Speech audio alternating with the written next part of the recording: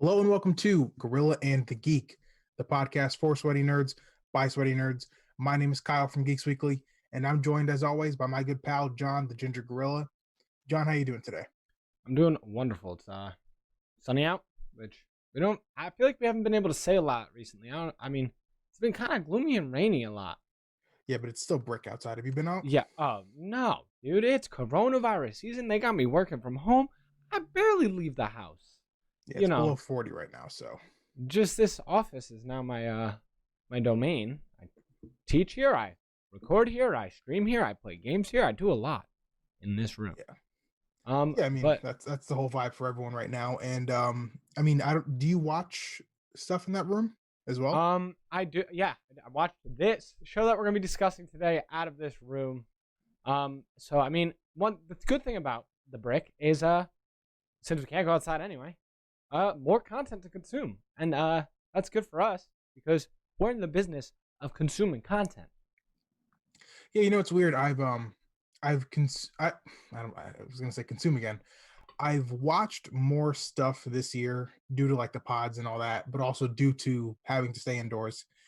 And I feel like it's kind of brought me into so many different like fan worlds, and it's been really cool. That's one of like the few bright sides, I guess you can say, to this really, really awful year. But let's put all that to the side and let's get into the topic of this week's podcast, and that is The Mandalorian. Brief spoiler-free synopsis of the show before we get into the spoiler territory, if you'll allow me to, John. Yep. The Mandalorian is an episodic series within the Star Wars universe that centers around a Mandalorian. If you don't know what a Mandalorian is, think about like Jango and Boba Fett. They're like a not a Bounty race, hunters, but they're but they're like, bounty yeah, hunters, but it's like a community of them. They live by like a creed and all that. it's a way of life. Uh, yes, it's a way of life. This specific Mandalorian hunts down what we come to find is a baby alien who's actually 50 years old and resembles Yoda, which the internet has called affectionately Baby Yoda. And the remaining members of the Empire are after this baby, and the Mandalorian must decide what to do with it. Now, beyond this point, we are going full spoiler territory if you've never heard our podcast before. So if you haven't watched The Mandalorian, I genuinely recommend you go find a way to get Disney Plus, whether you have a friend who has it, a relative, buy it yourself. It's worth it for this show. I promise you. It's special in every way, which we're going to get into. But John, I know you watched the show when it first came out, Yes. right? So this is my second viewing. Second viewing, but I want to specifically ask you about your thoughts going into the show.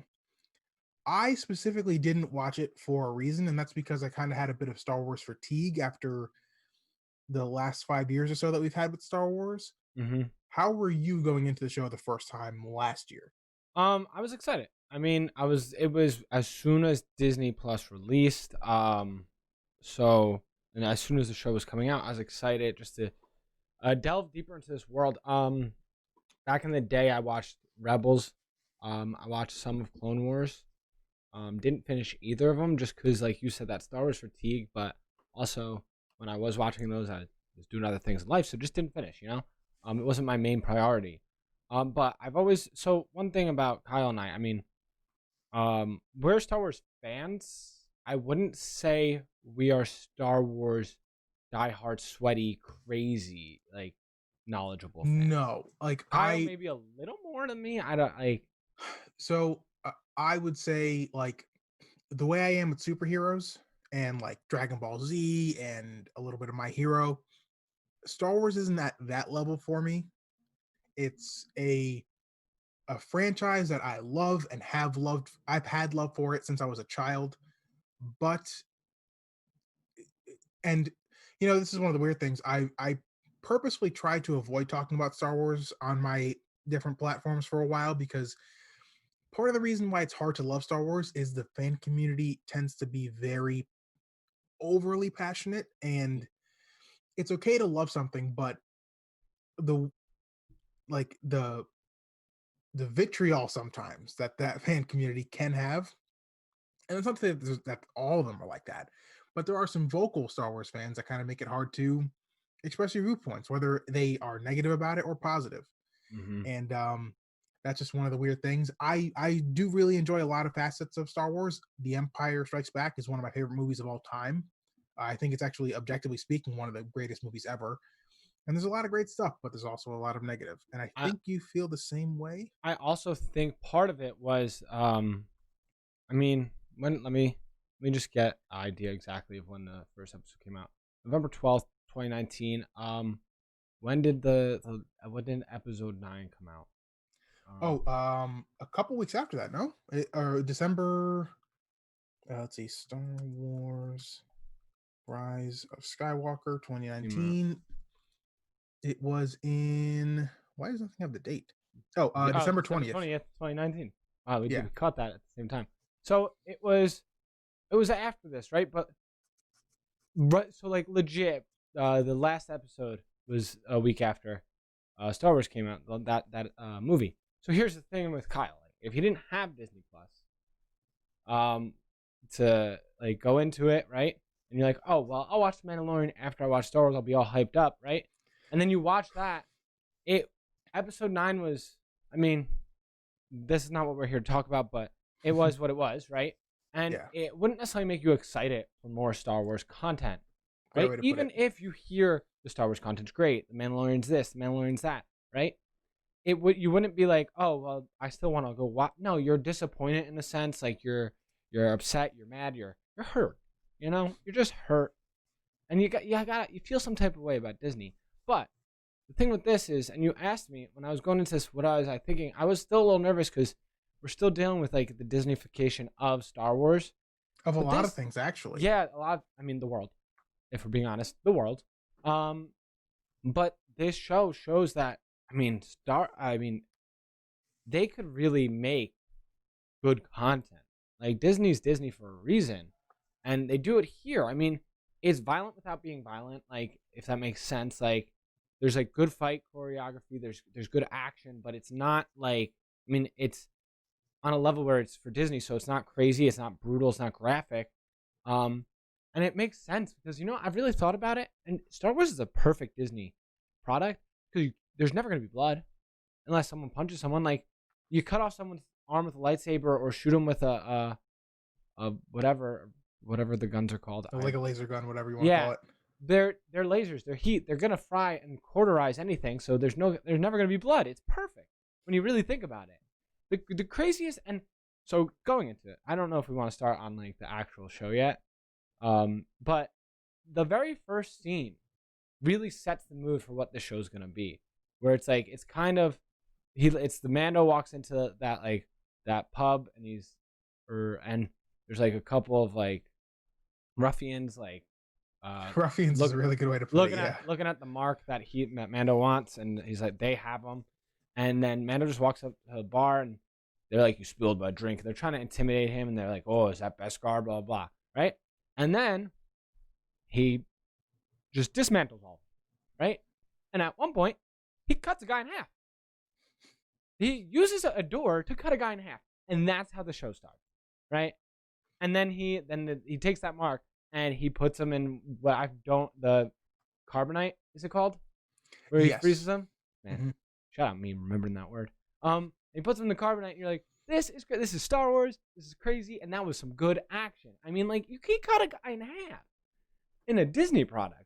Like we all know what happened, but as a kid, you might be like, I don't really know. Oh, the guy got stuck in the door. Like, like it's perfect. Like they did so well, and it just shows like, so Disney, you can do this, right? You can do this. So what's going on with your movies? Like, Yeah. So this show is the reason why I now have a a little bit of Star Wars excitement again, and it's because when Star Wars is done with a plan in mind, and that's the key word, plan. Things like magic can happen. The world of Star Wars is magical. It breeds so much imagination, life, energy, action, intrigue, mysteriousness, all this great stuff. But if it's not handled carefully and with an end goal in mind, what you can have happen is what we had with the past two Star Wars movies. And with this show, and why I'm really, really hopeful the people that are in charge of it stay on. I don't want this to be the next Walking Dead, Yeah. where it's this great, incredible show with no goal and benchmarks to reach, which it doesn't seem like it's going to be that way. Number one. Number two, it helps that one of the really weird things I have with The Walking Dead and some of the Star Wars movies as well. I'm a big visual guy, obviously. When my environments look the same all the time, I get bored. Walking Dead, all you see is greenery and a couple of houses, like the suburbs.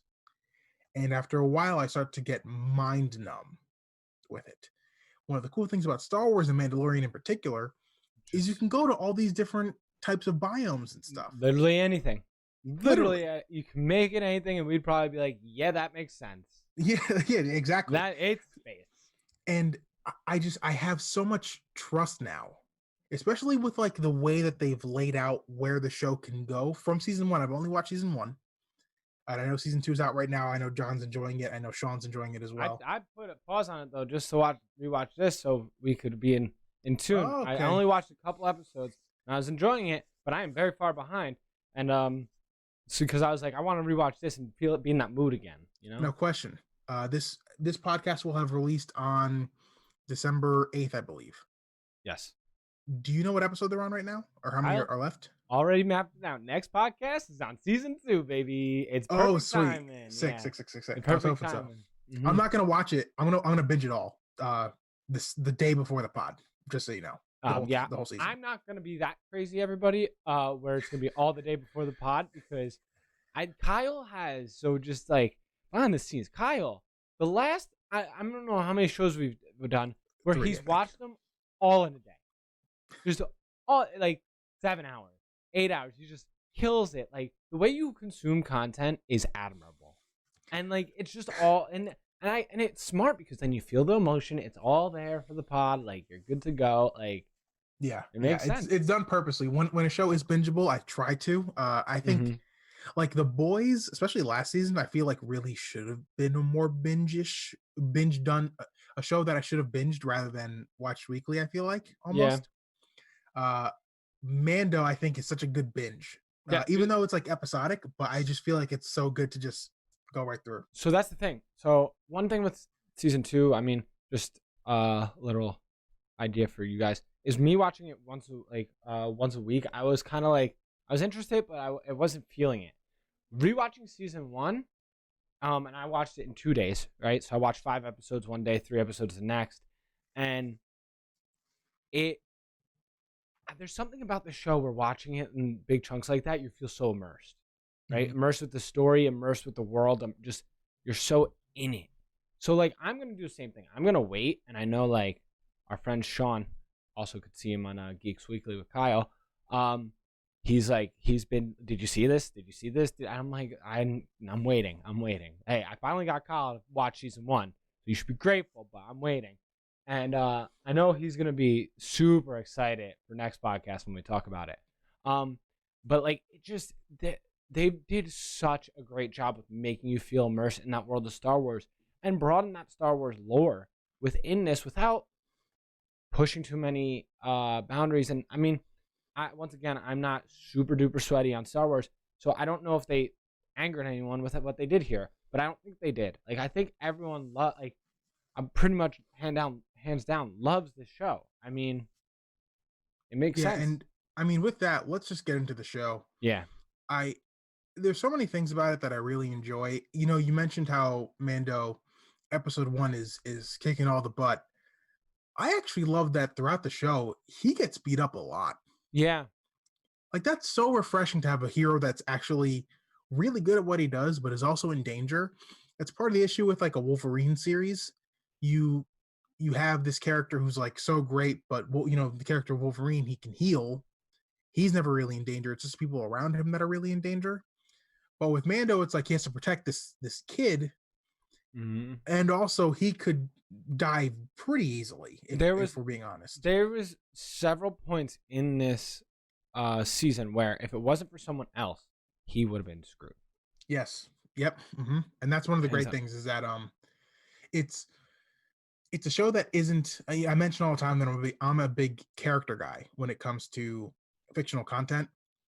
It's a show that relies on its characters. You know, Mm-hmm. it's a serialized thing where like if you miss an episode of Mandalorian in the middle of the season one at least, you might be okay. Like you might not miss something so groundbreaking that like you won't be able to watch the rest of the show. Yeah. But in those episodes, you get these really great moments. Mm-hmm. In episode, I believe episode 4. One moment, let me just Sanctuary. get the yeah, in Sanctuary, you get some of the backstory as to why we don't see Mando's face. Mm-hmm. And it's like a little small thing, but it still matters. Yep. And that does carry forward. But even if Mm-hmm. you didn't watch that episode, you'd still be able to understand later on Mm-hmm. in the finale. And it's just stuff like that where you get these character rich building moments that is really kind of nice and refreshing in a Star Wars universe where we maybe haven't had that in a little while, if we're being honest. Yeah. It's. I mean, the way they, the biggest thing that stood out to me was the way they, um, give life to Mando while he's wearing a full suit of armor and you can't see his facial expressions. He could do body language, but it's still like a clunky armor, so you can't really, not like the minute body language. It has to be um like, I guess, broader things. So which really limits as an actor what I don't, what's his name? Who's the actor here? Oh, Pedro Pascal. Yes, what he could do. So like he killed it, but it's with the directing and the storytelling that, and they nailed it so perfectly. What they're able to like do in the story they tell and the life they give to the Mandalorian, um, and it's so, it's minute but it's perfect. And like you said, you could miss like middle episodes and be like, okay, I didn't miss too much. He just made it. Now he's here. Um, except for like key things like who's Cara Dune. If you missed the Sanctuary, you'd be like, later in the season, you'd be like, who is this lady? Um, or if you missed, what is it, episode 2, you'd be like, who's the, I forgot the other guy's name, the shorter one, the herder. You'd be like, who's this guy? And I'm gonna get his name in a second with a K, yeah, but like, but who's keep that going. guy? So like those things, you'd be like, okay, who's this character? Who's that character? But in general, you wouldn't miss out the whole. There's like no, like His what name we is talked, Queel, by the way. Queel. What we talked about, I think, with the boys season 1 was like there's this huge character arc, right? Um, I don't really think we have anything crazy like that in this show. It's like a lighter show to watch, from a character development standpoint, but um what they are able to portray of this character and of a character that's a Mandalorian that's not supposed to ask questions, that's not really supposed to feel like, the Mandalorians are supposed to just do their job and then and be done with it. So for characters like that, it's amazing what you're able to show out of them, and especially this one. And for him like loving this little creature and them being able to show that, it was done so well. It was just done so well. I can't rave enough about it because that was like my biggest takeaway when I was rewatching it, was just wow. I'm like shocked that they could show so much emotion with so little. Well, that's one of the really cool things. Well, number one, Pedro Pascal does a phenomenal job. The fact that you only see his face in the last episode for less than 2 minutes, maybe less than 3, Mm-hmm. it it goes to show that even with just his body language and his voice, he's a really, really talented actor. And I'm really glad that it's him. Also, side note, I'm really glad that Boba Fett wasn't the main character. That's something I was nervous about going into the show. Mm. I was really hoping that it wasn't him. I wanted something completely new. And number two, one of the really cool things about the show, especially being that it's about essentially a space cowboy and his friend who's a baby, is you can have a perfect balance between the gritty, dark underworld realism that a lot of people love during this weird modern era of like everything needs to be dark, as well as like the warm, charming, fuzzy feelings that you can get from a show with toddlers. So it's genuinely the best of both worlds for me. I thought that was really kind of just refreshing to be able to get like a balanced diet in a show like this. And I was just floored that like I didn't think that Baby Yoda would be like this big pop culture phenomenon. And I'm only calling him Baby Yoda right now because it just helps with the conversation. I know that And his name is something I else. yeah, and we don't know his name. I mean, At I this don't know point, his name. Oh, I know you his name now. oh, you got it spoiled? I googled it Oh, just to check. I don't I Um, don't know his name. I'm not going to tell you. God, We'll keep it. We'll keep it if as you Baby did, Yoda. I would be super sad. I stopped right before the episode where you find out his name. Okay, so we'll keep it at Baby Yoda for now. For Baby Yoda to be what it became, I think is really really important for Star Wars, especially with where it was at when the show Mhm. was finishing up. It almost like if you look at like the symbolism of it, it's like, oh, this the ending of the current Star Wars regime of the Skywalker saga kind of died a slow, painful death. But now we in birth we have this new infant who's going to hopefully lead us into a new Star Wars world where everything is fun again and everyone has fun with things and loves it. And he's adorable. I walked into Target the other day, not kidding, John. I almost bought a Baby Yoda plushie for myself. Not joking. I saw it and I reached out for it and I was like, you're a grown man. Let's relax. Maybe a Funko Pop I mean, would do better. it's so relevant that we're watching this right now due to our favorite game having Mandalorian as a Hmm. special skin in Fortnite. If you don't know what we're talking about Fortnite and a Baby Yoda backline. Like it's just that, and everyone wanted. Everyone, I think some people were more excited for the Baby Yoda backbling than the Mandalorian skin. Like I know people are excited for the Mandalorian skin, but I think it's the Baby Yoda backbling that really shines through I for people. promise you, if that back bling isn't able to be worn by every other skin, I'm going to be furious. I'm not sure if it is, but Oh, I'll be so mad. I was just thinking that actually. But anyways, But with that said, it's one of those things where I know Disney loves to do create characters that are marketable in like a plushie toy or a like a yeah, children's toy. And the yeah. Baby Yoda is one of those, but I think this might be the first time, and maybe they did plan it, who knows. It might be the first time where they necessarily didn't plan it to be that, you know? Mm. Like, or at least it's not over the top put in your face that that's what that is there for, No, right? it works in the story. Yeah, like BB-8 kind of felt like it was designed the way BB-8 was designed was Yeah, for a toy. Where this Baby Yoda, it's just like no, it just makes sense that that this is what it looks like, and this is the type of like lovey affection that you feel for it. I mean, the thing is 50 and it looks like a wrinkly adult already, but you're just like, ah, God, it's still so adorable. yeah, 100%. And it can't really speak, or if it does speak, it's not Hmm. speaking any language we know. Another thing, I mean, the budget for this had to be Higher than pretty I thought. had to be Higher than I pretty thought. decent because the effects are great for a TV show. I mean, and I To be get that fair, it's it's one of Disney its Plus. staple, and it's one of its staple shows that like they're trying to sell Disney Plus on. So it makes sense that they put more money into it, and I mean it worked because it's a hit.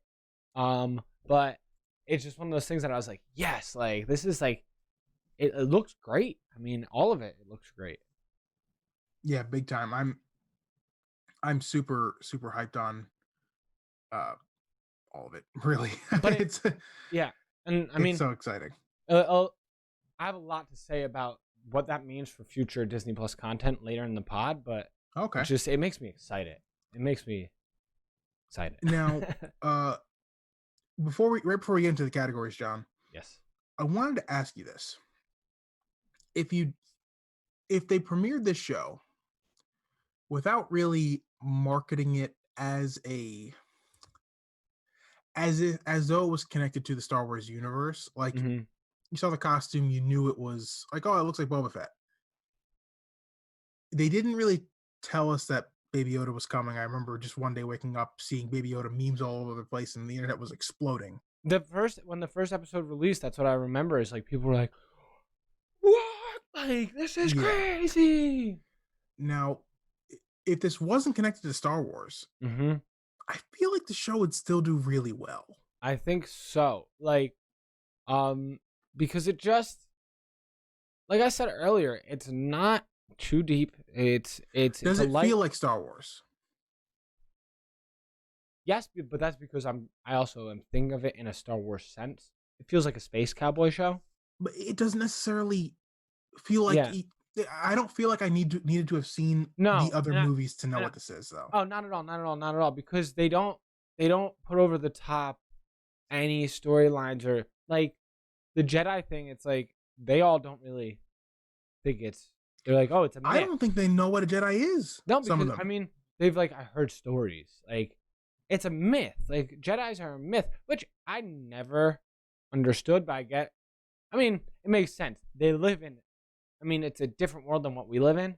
So like, Yeah, there's no if you live Twitter. in outer space, yeah, and like stories are going by word of mouth. Like they don't have phones like that go from one planet to another. Like, Which, when you think about it, it's kind of weird. Like, why don't they have phones?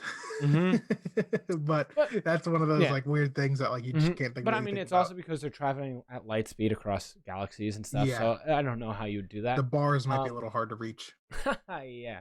So with that, it's just they don't. I think not carrying that into this like everybody I think kind of knows that Star Wars and Jedi like move stuff with the Force their mind, right?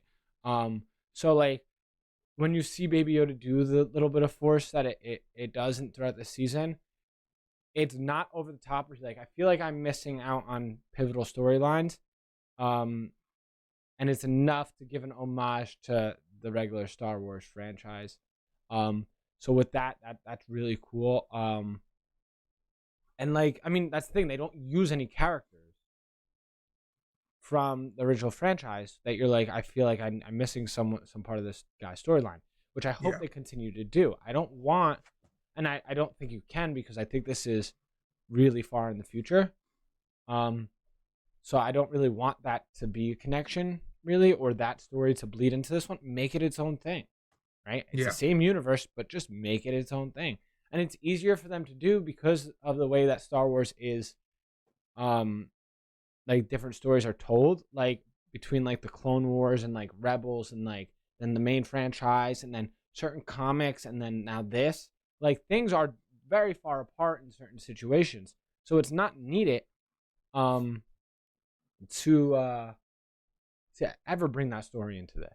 Just use the ideas, have homages here and there where hardcore fans will be like, oh my god, that's so cool, but like there's no need for anything else. um So, but with that said, it's just yeah. I don't think, like you said, it doesn't. You don't need to be a Star Wars fan to like this show. Like, I know not at we all. know someone who is a Star Wars fan, who is not a Star Wars fan rather. Yeah, and they like the It show. really likes the show. Yeah, Yeah, because it's more of a space cowboy. Like he's a gunslinging it's like. a space spaghetti western. That's what it feels Mm-hmm, like to me. mm-hmm. I've also heard people compare it to like samurai films, which is like that's a really cool way to look at it as well. Yes. Uh, but now let's get into some of the categories. First category. What's your favorite episode, John? My favorite episode. So this is something I kind of wrestled with.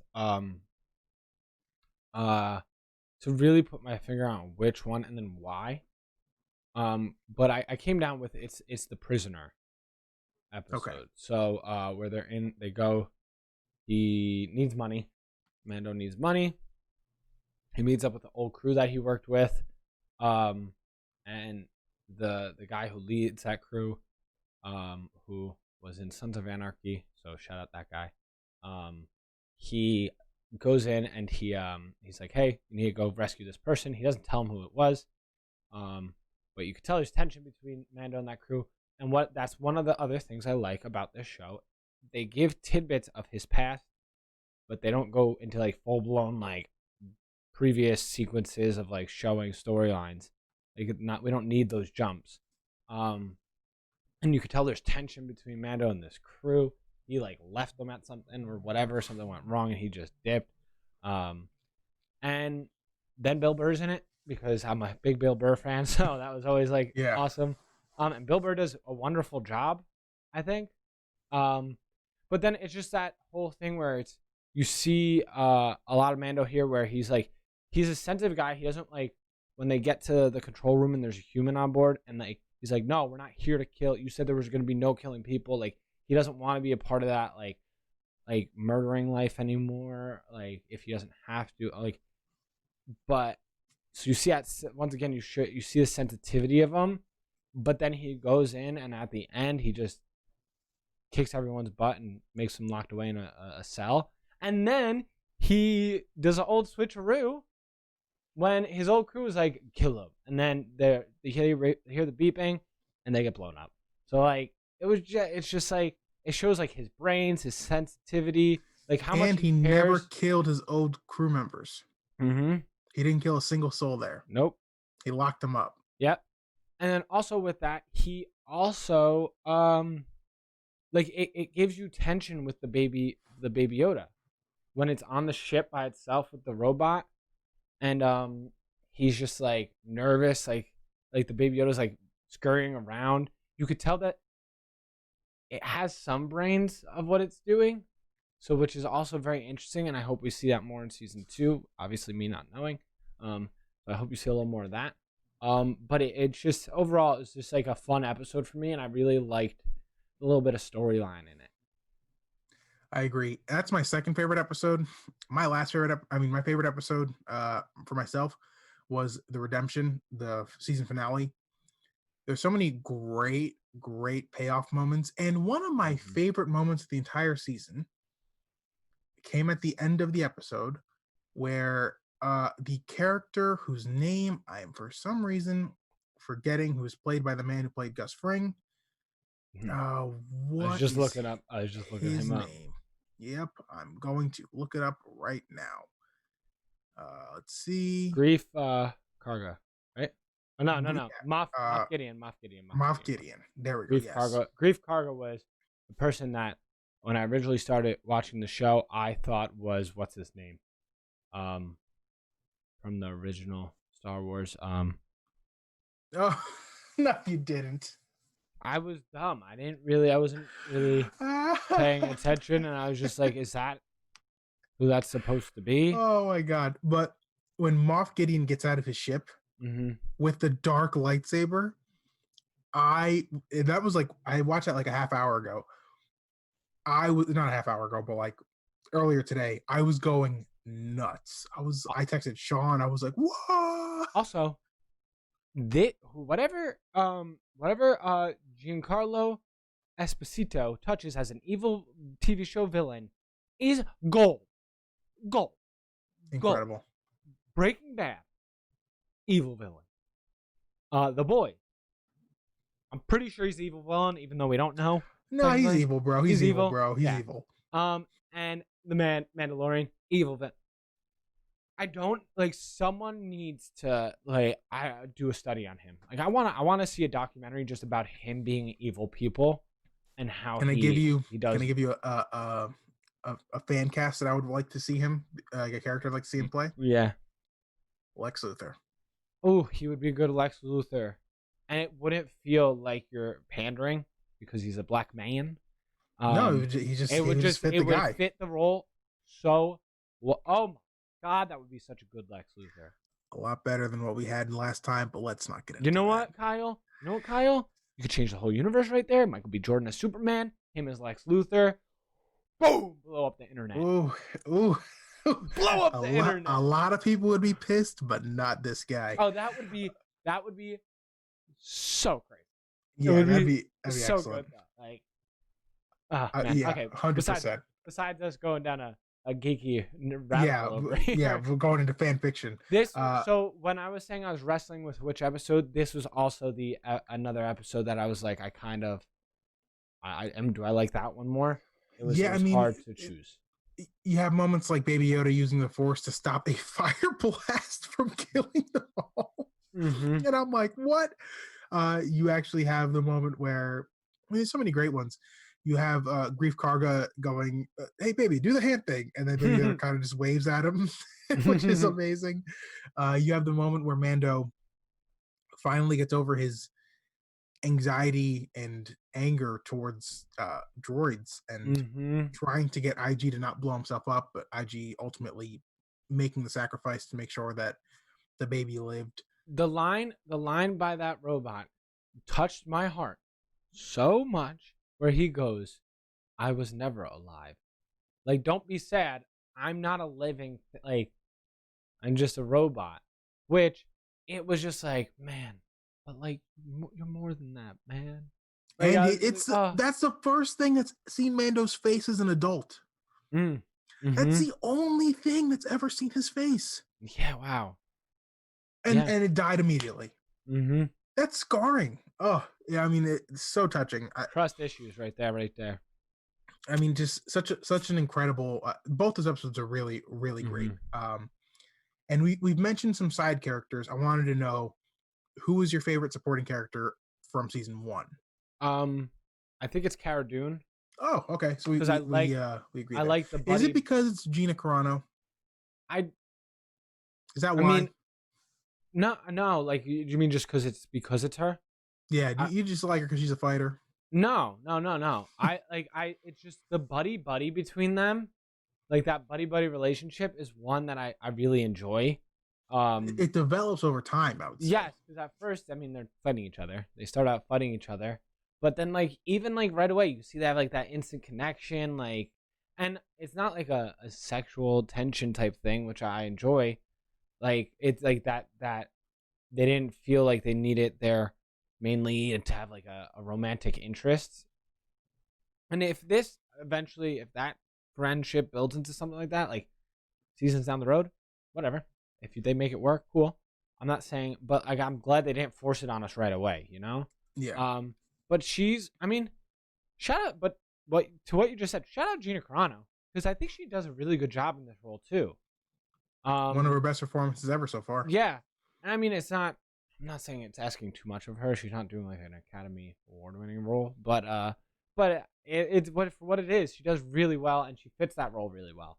Um, but yeah, I don't know. There's just something between them, the friendship, like where they're arm wrestling, that I just enjoy it all. Like, she, she's a good, she's a good character. She's funny. I don't know. I just enjoyed the buddy. No, I agree, 100%. I mean, you said everything that I was thinking, and Mm-hmm. I also buy her physically in the role. She Mm. seems like someone who Mm-hmm. I buy in a wartime setting. Holy crap! Because my other person that I enjoyed was Quill, right? This is I've spoken, like, I've spoken. Do you know Nick Nolte? I didn't You know know that. that's crazy. I had no. Wow, Huh? that's pretty cool. That's wild. I just saw that and I was like, that doesn't even make sense. Um, but like, that's another thing about this. They didn't really spare, like, with money of actors and stuff. They didn't put too many big names in it, but there's like some heavy hitters, like, of like TV shows and like things like that. So like, Disney just really knocked it out of the park. But I really liked Quill also. As I just said. Shout out the mechanic who fixes his ship that you see. She was a funny role. Um, IG, the robot who was played yeah. IG-11, who was played by Taika Waititi, Mm-hmm. also really good. And I mean, Carl Weathers as Grief Karga, Yeah. really cool to see Apollo Creed be in the Star Mm-hmm. Wars universe. I think it's just really fun. I mean, when I saw it, I was like, "Oh my god, so many continuities!" Yeah. Uh, and what about the most shocking moment of the season for you? To be honest, it was when Quill died. Okay, interesting. I was so surprised because, like, it was going, but I thought he'd make it to the ship. Like, I thought he was just gonna like lock up in the ship, and something else was gonna happen. I think my first time watching it, I thought he was gonna make it to the ship, and then IG was gonna uh kill the two, or not kill, but No, kill the two kill. Yeah, I stormtroopers. guess. Yeah, Yeah. Oh, also, yeah, but that was a big surprise moment. God, I just, because I remember it now, I don't want to forget. The way they make fun of stormtroopers in this is hilarious. There's the little subtle things where Bill Burr's character, they're like, he was an Imperial scout, and they say something about like his shot, and he's like, "I wasn't a stormtrooper." And then when they're trying to shoot the can, and That's the still one in front of the them. the one rattles his gun and like looks at it like it's broken. Like, oh man, it was so funny. Like it just Hmm. there's and it's so subtle, right? But once again, it's one of those things where if you're a Star Wars like fan, you understand it. But if you didn't, you're not missing out on something No, it's still just crazy. funny. Like these are two Yeah, losers, you know? yeah. But just those small scenes, and in that last episode where those two stormtroopers were like kind of like just chatting with each other, it was just like it's good. Like a World good building. scene that world building like and world building and like just the making other people feel like it's like it's someone's life, like this is a life that we're doing here. Yeah. But yeah, Quill, I was, oh man, when he died I was just like, no. I Like, yeah, I didn't believe it when I saw it. I was like, man, there's no way they killed him. not him, dude. He was so good. Like, But what's great about that is it does add stakes to the show. Like it yeah. lets you know people will and can die. Hmm. For me, my most surprising moment was Baby Yoda using the Force. I didn't see it coming at all. Mm. Did not think that they would use the Force in the show. Mhm. Also, love that they don't call it the Force. Yeah. People think that that race of alien just moves things with its minds. Hmm. Um, I mean, and then eventually it's kind of brought up about the Jedi later. But specifically, Baby Yoda during the Cara Dune Mando arm wrestling match, Hmm. force Oh choking Cara yeah, Dune. I forgot about that. Yeah, man. Like That protecting is him. not only was it protective, but that's a dark side move. Oh, So that's this true. What? this I didn't think about that. Oh my it's god. could mean things. Wow, dude. What if it was trained by a dark side user at first or But that's something? why they wanted it too, probably. That's an ultimate weapon, especially when there's no other Jedi's or Force users in the universe at this point in That's what I'm time. saying. Dude, this adds so much more stakes to the show. Because what I'm assuming is Baby Yoda is not light or dark side yet. It's not. I mean, it's 50 years old, but it's not old enough to really Yeah, it wasn't. discern the two. But it's also it hasn't been trained by or like persuaded by any books or teachings or that we Yeah. know of, right? Mm-hmm. Obviously, because in our eyes, for that race, 50 years old is a young age. It's like 1.5. Yeah. So like, wow, man, I didn't even think of that. Like, I didn't actually really sit down and think of why they would want it. I was just like, it's obviously they would want the Force user, and I mean, I'm assuming if you're in that world, you probably they probably know of Jedi and of Force users, like the Imperial like fanboys that are in this universe. Mm-hmm. And they probably know of Yoda, and they're like, this thing's a Force user. Yoda was super powerful. If we convince this thing to be evil, we are cooking. It's our golden ticket. We're getting back in power. We're taking over the universe. And wow, oh my god, dude, I'm so excited to watch season 2 now. Yeah, 100%. Oh man, and that's the thing. Like, watching this season a second time was just as fulfilling, if not more, than the first time. And I'm not gonna lie, it's gonna be hard. I might have to watch season 2 twice within these 2 weeks. Like, well, you'll have watched the first half of it twice for sure. I might binge it this week and then binge it again next week, just because like I don't want to wait. But like next podcast, I want to be like on top of it. Oh man, what a good! Wow, I'm so excited. Yeah, But like yeah. that's such a small like little minute thing. Once again, if you're not a Star Wars fan, I don't think you're missing out by not catching that. But if you are a Star Wars fan, it's just like so many possibilities are here, and it adds so much stake to this game, right? So like it just builds that connection too. That moment, it builds a connection between Mando and our little baby Yoda, because Mando cares for him, right? He kept him alive, and he doesn't necessarily know why. Even when he finds out the task that he has to take care of it and deliver it back to its people, he's like, I have to, like. But you could tell, like, at the same point, he just wants what's best for it. But he might not necessarily want to be burdened by it. Yeah. Or be burdened by that task. Well, I also would imagine he doesn't want it to get hurt because of him. So, Yeah. But you could tell this thing, it doesn't really know what Mando is probably, but it knows I care for that because it's been protecting me. It's been, um, I mean, with me. Like it's well, I almost mean, like it also reached out a to parent. Mando. Yeah. Mando gave it his finger. Mm-hmm. Last category to wrap up the pod: would Mandalorian work as a film? Um, I would say yes, right? And I would say yes because of the fact that if they had a story to tell, like this whole season was, um, and they planned it out in a film version, it would have worked well. Um, Now that's it being removed from the Star Wars idea, right? Because of the fact of how much weight Star Wars movies hold, it's hard to like just going off of the original trilogy and then critiquing anything else after it. It's so hard to live up to, right? So any just like a space cowboy movie, it would work really well, right? As the Mandalorian, not if we forget, oh, this is Star Wars, then you go see it and you're like, oh, this is Star Wars. Like if this was a surprise to people that this was Star Wars, like you didn't know until you got there, then you'd be like, oh, this is great. Um, and the fact that these episodes, and once again, I like the format of not making an episode have to be 30 minutes or have to be an hour, have to be 45 minutes. I love that. Make it whatever it needs to be. And these episodes do that. To a Yeah, I certain like that too. extent, they're all in the same range, but they do it to like whatever I need to do to tell a story. That's how long this is gonna be. So with that said, it's not like any of these are way too long. That if you put them all together, or they're telling too much story. As we said, it's not too deep on the story. So being able to make this into a movie, I think it would be no problem. But it's just that caveat of it being Star Wars that would I think be its downfall as a movie. Yeah, I agree. But well, so here's what I think.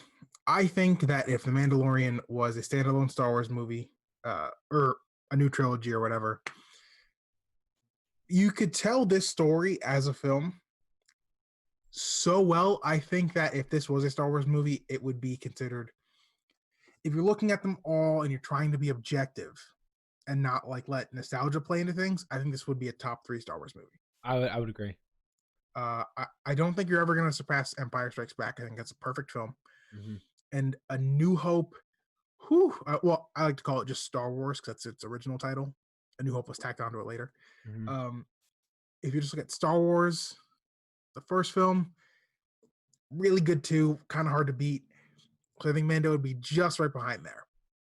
The Yeah. story of a cowboy protecting a child, or a cowboy samurai protecting a child, That's supposed it's to an be easy story to tell. emotionless. Like it's Yeah, and you can still end it the same way with I'm gonna forget his name till I watch the show more often.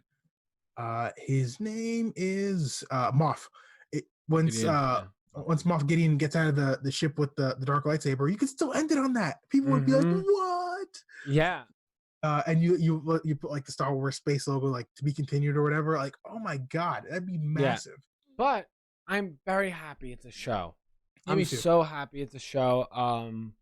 Because I like, bro, we're in the golden age of TV and lack thereof of TV. I guess like we're in the golden age of shows. I feel like you can't call them television shows anymore, but we're Yeah, in the the more golden so age just of series. shows. So it's great to see that you could take this movie universe and bring it into this, and not as a cartoon necessarily meant for children, because technically that's what Clone Wars and um, Rebels were for. I know a lot of adults, including myself, enjoy them, but it was they're cartoons meant for the younger viewer basis.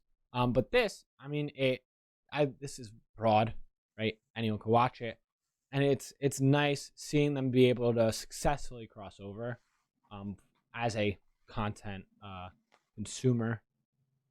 It's so much, and it opens up so many possibilities, because I mean, as I said, I wanted to get more into the future of Disney Plus and their content. I would like to see other Star Wars stories told if they have them or they have ideas for them. and other Star Wars TV shows, like live action TV shows, if they have the budget to do so and they feel the urge. I think it would be great. I just enjoy it. Like we said, I enjoy that universe because you could do so much with it. Because it's almost like anything could be possible because you're in outer space. So I think that would be really cool to see. Yeah, no, I agree 100%. And do you have any other things that you feel like you need to say about Mando before we head out of here?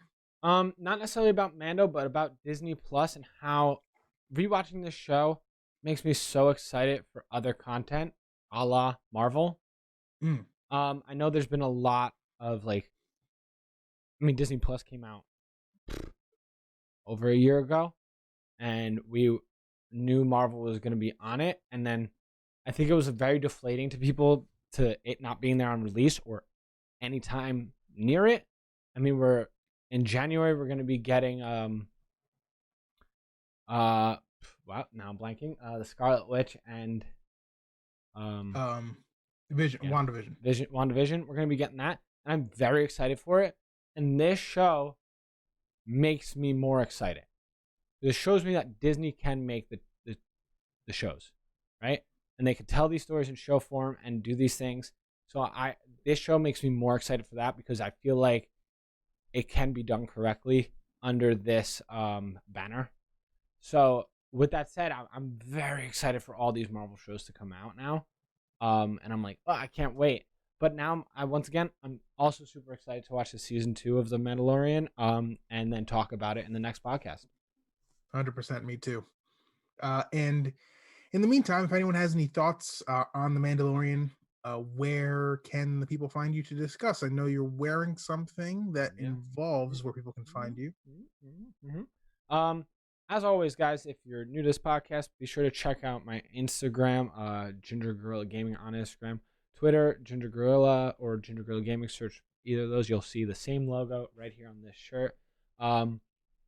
But conversations about any of this on Twitter would be just so much fun. Like to start a discussion with people who listen, or in the YouTube comments on the video, Ginger Gorilla Gaming on YouTube. And if you like video games and want to check me out and listen to Kyle, me banter, and just be friends, twitch.tv/Ginger Gorilla Gaming. Basically, search Ginger Gorilla on any of those platforms and you'll be able to find me if you look for the logo. And Kyle, where can they all find you? You can find me on Twitter and Instagram at Buff Charmander. You can find me on YouTube and on your favorite podcast feed, Geeks Weekly. For the YouTube page, it's youtube.com/Geeks Weekly. Or if you want to listen to some of the pods I'm on under the Geeks Weekly umbrella, just search up Geeks Weekly on your favorite podcast app. This month I'm doing some Christmas movie reviews. I just reviewed The Christmas Chronicles 2. I believe the next one will be on The Family Man. Then after that, How the Grinch Stole Christmas. And is that the cartoon or the live action? Live action. Which, fun fact, scared the crap out of me as a kid. Oh, wow. The makeup, makes sense. I was like, oh my God. Also, fun fact, not prosthetic. Yeah, I know. Crazy. But guys, this is my favorite time of year for when Kyle does reviews. I love when he does these Christmas reviews. So if you are someone who celebrates Christmas or someone who likes watching Christmas movies, whether you celebrate or not, be sure to watch the movies and then check out Kyle's reviews on them. And you could go back to last year, and he did a bunch last year also. Mm-hmm. So check those out too. They're so much fun, and it really brings you into that Christmas spirit to be able to listen to someone also talk about the movies after. Appreciate it. Yeah. And I mean, just, we only have, do we have only one more podcast for the month? I think so, yeah, we only have one more podcast for the month, which will be, the weekend of Christmas. How perfect is it that we're going to be discussing Star Wars World Universe content around Christmas time? Yeah, which is where, Star Wars has been a December thing recently. Yeah. So I hope everyone has a good holiday season. Yes. Stay safe. Try to enjoy yourselves responsibly. It's been a really crappy time this year, as everyone knows. Year's almost over, everybody. Year's almost over. We're almost there. So hopefully aliens don't come within the last couple weeks, and I think we'll be good to go. Yeah, seriously. So just thanks to everyone who's listened. We're a little over a year on the pod now, I think, right? Mm-hmm. Mm-hmm. It's been a fun ride. And it's merged into something completely different, partially due to Corona, but also partially just because I think like this has been so much fun to talk about, just TV shows and whatnot, and Mhm. it gives us a reason to binge watch some TV shows. So I mean, Yeah, take yeah, exactly, 100%. So yeah, thank you everyone for listening. So we'll see you the week after Christmas, if you Mhm. celebrate. If not, happy holidays in general. Kwanzaa will be happening, as well as, has Hanukkah passed or is Hanukkah coming? I don't know, to be honest. Happy holidays. Happy holidays. We'll be as broad as possible because we Yeah. appreciate all of them. And with that said, once again, thank you everyone for listening. Peace out, everybody. See you next time.